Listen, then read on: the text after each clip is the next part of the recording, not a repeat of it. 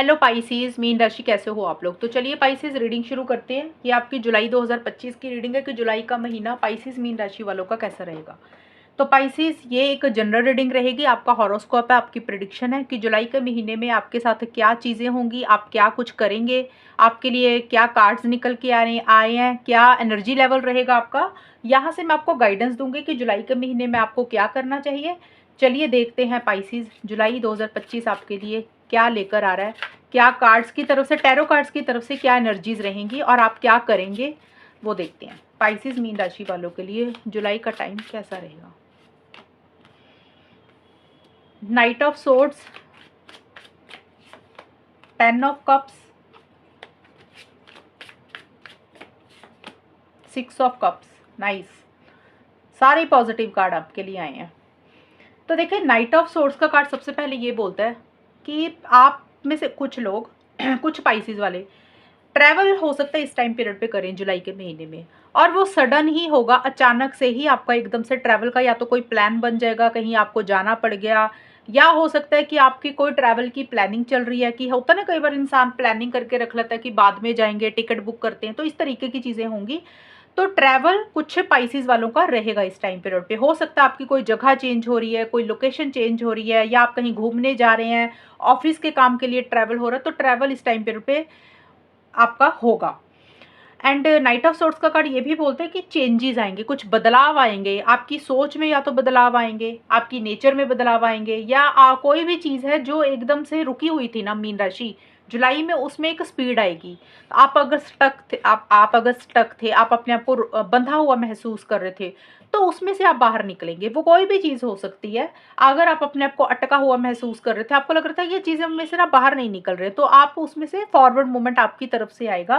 देखिए छोटे मोटे चैलेंजेस रहेंगे इस टाइम पीरियड पे, लेकिन आप उन चैलेंजेस को, उन अड़चनों को पार कर लेंगे। आप बहुत ज़्यादा लॉजिकल चलेंगे, बहुत ज़्यादा माइंड से चलेंगे। ये खास करके 1 से 10 जुलाई का टाइम मुझे नज़र आ रहा है ज़्यादा, 1 से 10 या 12-13 जुलाई के आसपास का, कि इस टाइम पीरियड पे एक स्पीड आपकी लाइफ में आएगी। बहुत ज़्यादा माइंड से चलेंगे, आपका सिर्फ अपने गोल और मकसद को पाने के लिए आप इनिशिएटिव्स ले रहे हैं, आगे बढ़ रहे हैं, और स्ट्रेट फॉरवर्ड ब्लंट इस टाइम पीरियड पे थोड़े से हो रहे हैं।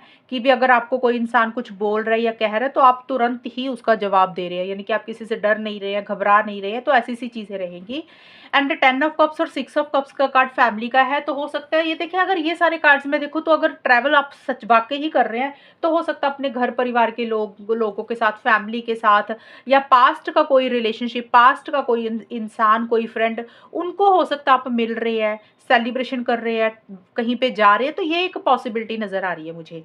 दूसरा 10 ऑफ कप्स का कार्ड ये भी बोलता है कि कोई चीज़ आपकी कंप्लीट हो रही है, कोई चीज़ आपकी फाइनल हो रही है। अगर आप काफ़ी टाइम से कुछ चीज़ें कर रहे थे, तो आप इस टाइम पीरियड पे आपको लगेगा कि वो चीज़ें आपकी पूरी हो गई हैं, कंप्लीट हो रही हैं, हो गई हैं। घर परिवार के ऊपर आपका ज़्यादा ध्यान रहेगा, सेलिब्रेशन, गेट टुगेदर, फंक्शन, ये ज़्यादा जुलाई के मिड से लेकर एंड तक रहेगा।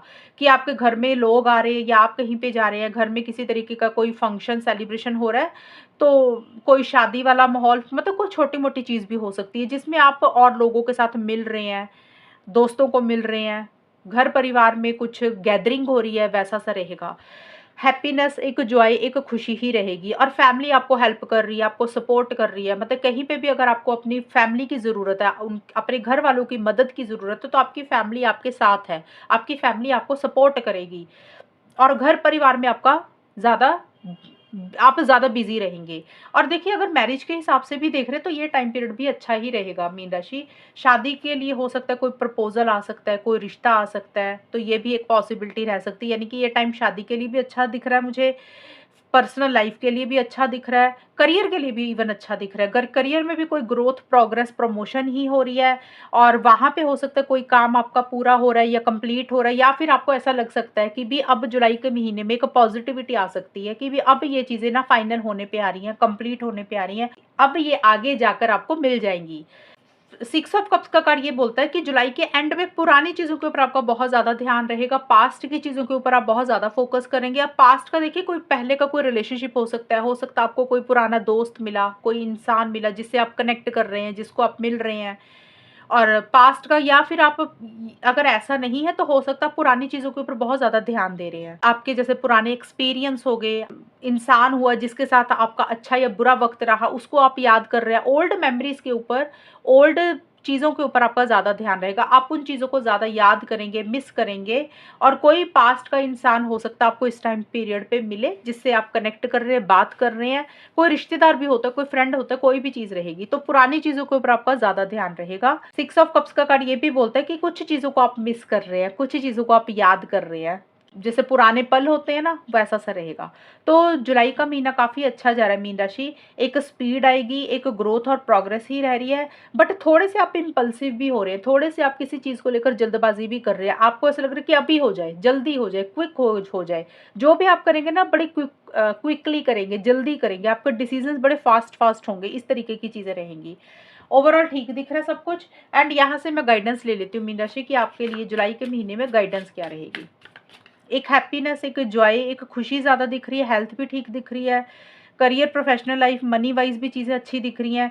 ज़्यादा आपका ना रिलेशनशिप्स के ऊपर ज़्यादा ध्यान रहेगा मीन राशि इस टाइम पीरियड पे। आप अब रिलेशनशिप कोई भी हो सकते हैं, फ्रेंड के साथ हो सकते हैं, घर परिवार के ऊपर हो सकता है, बच्चों के ऊपर हो सकता है। तो आपका ज़्यादा फोकस उन लोगों के साथ ज़्यादा रहेगा, उन लोगों के साथ आप ज़्यादा क्वालिटी टाइम स्पेंड करेंगे, उनसे किसी तरीके का हेल्प सपोर्ट भी मिलेगा। तो करियर भी ठीक दिख रहा है आपका, मतलब और लोगों से मदद आपको मिलेगी इस टाइम पीरियड पे। तो आपके लिए ये 2 कार्ड्स निकल कर आए हैं, time for beginner mind and second time for deep dive. तो देखिए टाइम फॉर डीप डाइव का कार्ड पाइसेस ये बोल रहे, देखिए जिस तरीके से मैंने देखा कि आप थोड़ा सा किसी चीज़ के लिए जल्दबाजी कर रहे हैं, तो ये बोल रहे हैं कि थोड़ा सा ना रुक जाएं, जल्दबाजी मत करें। करें जल्दबाजी, ऐसा नहीं है, लेकिन सोच समझ कर करें।